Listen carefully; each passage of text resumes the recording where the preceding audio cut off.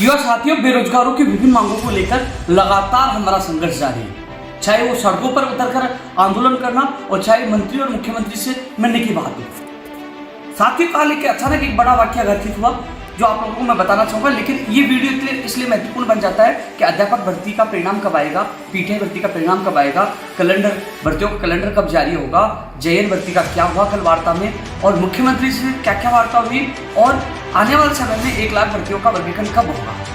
इस चीज को लेकर ये वीडियो मैं बना रहा हूँ क्योंकि लगातार आप संघर्ष कर रहे हैं और कल मुख्यमंत्री जी से भी बहुत ही अच्छी तरीके से बात हो पाई। कई बार कहते हैं ना, जो होता है अच्छे के लिए होता है। हम पहुंचे और सबसे बड़ी दुख की बात है कि हमारे सापड़ा के एमएलए आलोक बेनीवाल जी, जिनसे मेरी बात हुई और मैंने कहा कि मैं आ रहा हूँ, और वहाँ जाने के बाद जब पुलिस प्रशासन ने उनको पूछा तो इशारों में उन्होंने मुझे हम लोगों को हिरासत में ले लिया गया। मेरे साथ हरमान चौधरी, मेरे साथ सरदार चौधरी और लोकेश में, हम 4 लोग। साथियों, मैं हालांकि एमएलए की हमेशा प्रशंसा करता हूँ, वो व्यक्तिगत अच्छे व्यक्ति हैं, मैंने पहले भी कहा, आज भी कह रहा हूँ। लेकिन जो कल जिस प्रकार जब मुझे पुलिस के लोगों ने बताया कि उनके इशारे पर आपको हिरासत में लिया गया तो मुझे बुरा लगा। लेकिन कहते हैं ना, भगवान जो करता अच्छे के लिए करता है। हिरासत में लिया, सोशल मीडिया पे हंगामा हुआ, और माननीय धर्मेंद्र राठौड़ जी से मेरी बात हुई और मैंने उनके सामने बात रखी कि हम ऐसे मिलने आए थे और ये शाहपुरा है। मैंने सोचा कि मेरे गाँव में मुख्यमंत्री आ रहे तो मैं मिलूँ, मैं युवाओं की तरफ से मिलूँ, युवाओं की बात रखने के लिए आया था, ना कि विरोध करने आया था। जबकि उन्होंने ये कहा कि विरोध करने आए और मुझे पुलिस के द्वारा हिरासत में लेकर अमृतसर थाने में 1 घंटे के लिए हम 4 साथियों को बिठा दिया। धन्यवाद देना चाहूंगा धर्मेंद्र राठौड़ जी का। उन्होंने सीएम ओएसडी और एसपी आईजी सबसे बात की और उसके बाद वही जो पुलिस 1 घंटे तक हमें थाने में बिठाया था, वही पुलिस सह सामान हमें लेकर वहां पहुंच गई। इससे ज्यादा वाक्य नहीं हुआ कि जैसे ही मुख्यमंत्री जी मुझे देखा और मुझे पकड़ लिया, सम्मान दिया, बात की, और फिर वहां से मुझे हेलीपैड तक ले गए और उन्होंने चर्चा की कि हमने भर्तियां बहुत निकाली, पूरे देश में सबसे ज्यादा निकाली, आपको बोलना चाहिए। मैंने कहा भर्तियां निकाली है, लेकिन 1 लाख प्रतिदिन भर्तियां भी हैं और 1 लाख भर्तियों का वर्गीकरण जारी आना, यह आपकी घोषणा अच्छी है और हम युवा बेरोजगार महासम्मेलन कर रहे हैं, आपको हम बुलाना चाहते हैं, आमंत्रित करना चाहते हैं। वो न्योता भी दिया।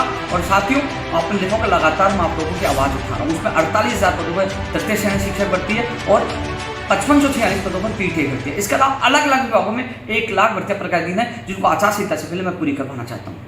मजबूती से माननीय मुख्यमंत्री जी के सामने बात रखी साथियों। और एक चीज और बताना चाहूंगा, वहां पहुंचा, निमंत्रण दिया, भर्तियों की बात रखी, मुख्यमंत्री ने पूरा सम्मान दिया, हेलीपैड तक मुझे साथ ले गए और पूरा सम्मान दिया। मुझे भी अच्छा लगा कि उन्होंने संवेदनशीलता दिखाई और बात की। लेकिन जो घटना घटित थी वो अच्छी हुई। यदि पुलिस प्रशासन मुझे वहां से हिरासत में लेकर नहीं जाता तो इतने अच्छे माहौल में हमारी वार्ता भी नहीं हो पाती। पता नहीं भीड़ में मुलाकात होती कि नहीं होती, लेकिन मुलाकात अच्छी हुई, बात आप लोगों को पूछे और इसका परिणाम आने वाले दिनों में आपको देखने को मिलेगा। मैंने हर बात मजबूती से आप लोगों की बात उठाई है। तो साथियों, एक चीज और बता दूं, आज शनिवार है, शनिवार के दिन भी कर्मचारी चयन बोर्ड में अधिकारी काम कर रहे हैं। सीएम साहब से मुलाकात की माननीय चेयरमैन मोदी जी, कर्मचारी चयन बोर्ड के चेयरमैन मोदी जी से मैंने निवेदन किया था कि 31 मई से पहले दोनों परिणाम आ जाए। उन्होंने कहा यस, यानी कि जब शिक्षा मंत्री जी ने फोन किया था मई के एंड में या जून के प्रथम सप्ताह में उन्होंने परिणाम जारी करने की बात की थी। लेकिन कल मुख्यमंत्री जी से मुलाकात की है और आज मैंने फिर और बात की है। यानी कि जो लगातार प्रयास कर रहे हैं, मुझे लग रहा है कि प्रयास रंग लाएंगे, यानी कि उम्मीद है कि मई महीने में इसका परिणाम जारी हो जाएगा, पूरी उम्मीद है। और यदि जून का प्रथम सप्ताह भी लग जाता है तो हमें कोई दिक्कत नहीं, क्योंकि मुख्यमंत्री जी और मुख्यमंत्री के अधिकारी की मंशा है कि जुलाई अगस्त तक इनको, यानी कि सितंबर तक, यानी कि आचार संहिता अक्टूबर में लगेगी, उससे पहले इनको स्कूलों में भेजने का सरकार का उद्देश्य है। जो हम प्रयास करें वो प्रयास सफल होते नजर आ रहे हैं। साथियों, एक चीज और मैं बताना चाहूंगा, लोग सवाल उठाते हैं मुख्यमंत्री जी से मिलना, वहां जाके पुलिस की हिरासत में रहना, इस गर्मी में 1 घंटे थाने में बैठे रहना और जाना और युवाओं के जाकर उनके अधिकारों की बात करना, इससे ज्यादा आदमी क्या संघर्ष कर सकता है। इस गर्मी में उस दिन भी विश्व का सबसे बड़ा ज्ञापन देकर सड़कों पे हमने संघर्ष किया, मुख्यमंत्री से मिला हूं और आगे भी मिलूंगा जब मेरे युवाओं की बात आएगी। मुझे 1 लाख प्रतिदिन भर्तियों को भी आचार संहिता से पहले पूरी करवानी है और 1 लाख भर्तियों का वर्गीकरण करवाना। 17 मई को एक मुख्य सचिव महोदय जो मीटिंग ले रही है, इस संबंध में मैं कार्य विभाग के अधिकारियों से कल ही मैं मिल के आया था, क्योंकि मुख्यमंत्री प्रमुख सचिव के निर्देश पर अखिल अरोड़ा जी जो वित्त सेक्रेटरी है, उनसे मेरी मीटिंग हुई थी और मेरे साथ पंचायत राज भर्ती का प्रतिनिधि मंडल भी शामिल था। 550 पदों पर वित्तीय स्वीकृति मिल चुकी है, ये अच्छी बात है। 550 पदों पर पंचायत राज के लिए वित्तीय स्वीकृति मिल चुकी है और अन्य विभागों में जितने पदों की सूचना है हमसे मांगिए कि आप इकट्ठा करके दे दीजिए, आप प्रार्थना पर उसमें आप लिख के दे दीजिए, उस अनुसार और जो वैकेंसियां जहां जहां विभाग में उनको जोड़कर एक बड़ी भर्ती के रूप में हम पंचायत राज भर्ती निकाल सके। ये अच्छी सूचना, कल अच्छी मीटिंग हुई। उसके बाद डीओपी में अधिकारियों से मुलाकात हुई, उन्होंने कहा उम्मीद जताई कि 17 तारीख को जो मीटिंग होने वाली है मुख्य सचिव मोदी जी के नेतृत्व में, उनकी अध्यक्षता में, वो महत्वपूर्ण होगी क्योंकि साथियों उसके बाद भर्तियों का वर्गीकरण का कैलेंडर जारी हो सकता है। सरकार की मंशा है और कल मुख्यमंत्री जी के सामने ये मैंने बात रखी है। साथियों उसके अलावा पीटीआई भर्ती का परिणाम भी इस महीने में आएगा, जल्द आएगा और जुलाई में वो लोग जून एंड या जुलाई में वो लोग स्कूलों के अंदर रहेंगे। 7 जून को होने वाले प्रोग्राम में पीटीआई और थर्ड ग्रेड जो तृतीय श्रेणी शिक्षक भर्ती के अध्यापक वहां मुख्यमंत्री को धन्यवाद देने भी आएंगे और अपना नियुक्ति कैलेंडर जारी करने की मांग करने भी आएंगे क्योंकि 7 तारीख को मुख्यमंत्री जी के सामने उन अभ्यर्थियों को मिलाऊंगा कि साहब ये लोग अध्यापक भर्ती के या पीटीआई भर्ती के। 7 जून का प्रोग्राम ऐतिहासिक होगा, इसमें सरकार से लेकर तमाम नेताओं को हमने बुलाया है क्योंकि युवाओं की आवाज बुलंद करना, युवाओं को न्याय दिलाना मेरा कर्तव्य है। तो पीटीआई भर्ती का भी परिणाम 31 मई से पहले आएगा, हो सकता है 20 और 30 के बीच में कभी भी आ जाए, लेकिन इसमें भी हमने एक स्पेशल रणनीति बनाई है जो मैंने उन साथियों को बता दिया था। इस रणनीति के साथ हमें काम करना है क्योंकि कई लोगों की मंशा इस भर्ती को अटकाने की है, लटकाने की है, रद्द कराने की है और मंशा को कामयाब नहीं होने दूंगा। इसलिए उन लोगों ने कहा कि ये रणनीति आउट मत करना। मेरे जो कोर कमेटी के लोग पीटीआई भर्ती के उनको मैंने बता दिया है। तो कल की जो मीटिंग सुगत थी पीटीआई भर्ती के अभ्यर्थियों के लिए भी और अध्यापक भर्ती के अभ्यर्थियों के लिए भी। अध्यापक भर्ती के अभ्यर्थियों को मैं कहना चाहूंगा आप लोग भ्रमित करने वाले और भर्ती लटकाने वालों से, रद्दी गैंग से बचकर रहे। कल मुख्यमंत्री जी के सामने आपकी बात मजबूती से रखी है और आज जो मेरी आज ही बात हुई है, मैंने चेयरमैन साहब से निवेदन किया था और मैंने निवेदन किया कि साहब 31 मई से पहले परिणाम जारी हो जाए तो जिससे हम 7 तारीख को मुख्यमंत्री जी का स्वागत करके और जल्द से जल्द जोड़ने की मांग रखेंगे। उन्होंने कहा ओके।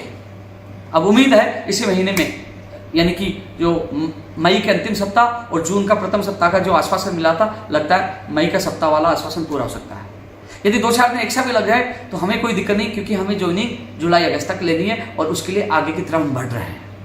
साथियों एक सवाल ये था कि जो कई लोग 60,000 पदों पर पद बढ़ाने की मांग कर रहे थे। साथियों मैं मुख्यमंत्री प्रमुख सचिव और जॉइंट सेक्रेटरी से मिला हूं, आपका डेलीगेशन भी मिल गया, आप जाके पूछ लेना। मैंने हमेशा आपकी बात उठाई, मैंने उनके सामने बात रखी। उन्होंने कहा विभाग में पद खाली नहीं। मैंने कहा 12,000 की घोषणा कैसे की? उन्होंने कहा जो रिटायर्ड होने वाले साल भर बाद उन लोगों को पदों की गणना करके हमने घोषणा की, अभी थर्ड ग्रेड की वैकेंसी अभी नहीं आने वाली, विभाग में पद नहीं है। उन्होंने कहा पद हम तब बढ़ा सकते थे, एक सेकंड ग्रेड का डीपीसी का मामला है, उस पर स्टे मिला हुआ, यदि वो हल हो जाता, डीपीसी हो जाती सेकंड ग्रेड का मामला का, तो कहने के वो पद हमें मिलते तो हम पद बढ़ाते, लेकिन वो मामला न्यायालय में लंबित है इसलिए पद नहीं बढ़ पाएंगे। तो मुझे मौका मिला, मैंने वहां बात रखी है, ये वीडियो सेव आप जाके कभी पूछ लेना। ऐसा नहीं कि मैंने 60,000 के पद बढ़ाने वाला साथ नहीं दिया, लेकिन जब उन्होंने साफ मना कर दिया, इसके बाद मैं इससे ज्यादा क्या कर सकता, लेकिन मैंने आपकी मांग रखी है। साथियों भर्ती परीक्षाओं का कैलेंडर आज काम चल रहा है कर्मचारी चयन बोर्ड में, कैलेंडर आज जारी हो जाए तो हो जाए, अगले वीक में भर्ती परीक्षाओं का, यानी कि आज की संभावना भी है, मैं आपको बता दूं शनिवार के दिन भी संभावना है। यदि काम हो गया तो आज, और काम नहीं हुआ तो फिर अगले वीक में भर्ती परीक्षाओं का, चाहे वो कृषि परीक्षक हो, चाहे पशु परिचारक हो, चाहे सूचना सहायक हो, चाहे संगणक हो, चाहे जूनियर अकाउंटेंट हो, चाहे एलडीसी हो, जो सीईटी में जो शामिल भर्तियों के साथ साथ बिना सीईटी में शामिल भर्तियों की परीक्षा तिथियों का कैलेंडर जारी हो जाएगा।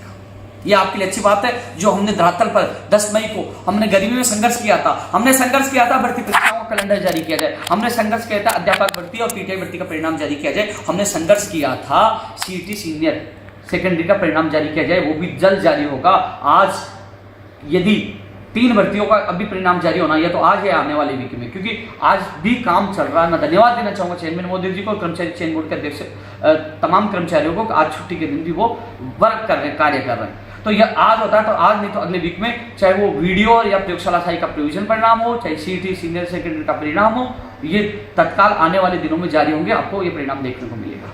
भर्ती परीक्षाओं का कैलेंडर भी तत्काल अब जल्द जारी होगा, यानी कि आज नहीं आने वाले वीक में जारी होगा। 1 लाख पर क्या दिन भर्तियों की 17 तारीख को मीटिंग है, नई भर्तियों की वर्गीकरण के लिए, जिसके लिए लगातार आपने देखा होगा सब बुर्जो, एक भी एमएलए भी नेता नहीं बोल रहा, लेकिन मैं लगातार आवाज उठा रहा हूं कि नई भर्तियों का विभाग वाइज वर्गीकरण हो। जो लोग पूछ रहे एसआई आएगी या नहीं आएगी, आरएस आएगी कि नहीं आएगी, और अलग पशुधन सहायक आएगी कि नहीं आएगी, थर्ड ग्रेड आएगी कि नहीं आएगी, फर्स्ट ग्रेड आएगी कि नहीं आएगी, ये अलग अलग चीजें लोग पूछ रहे हैं।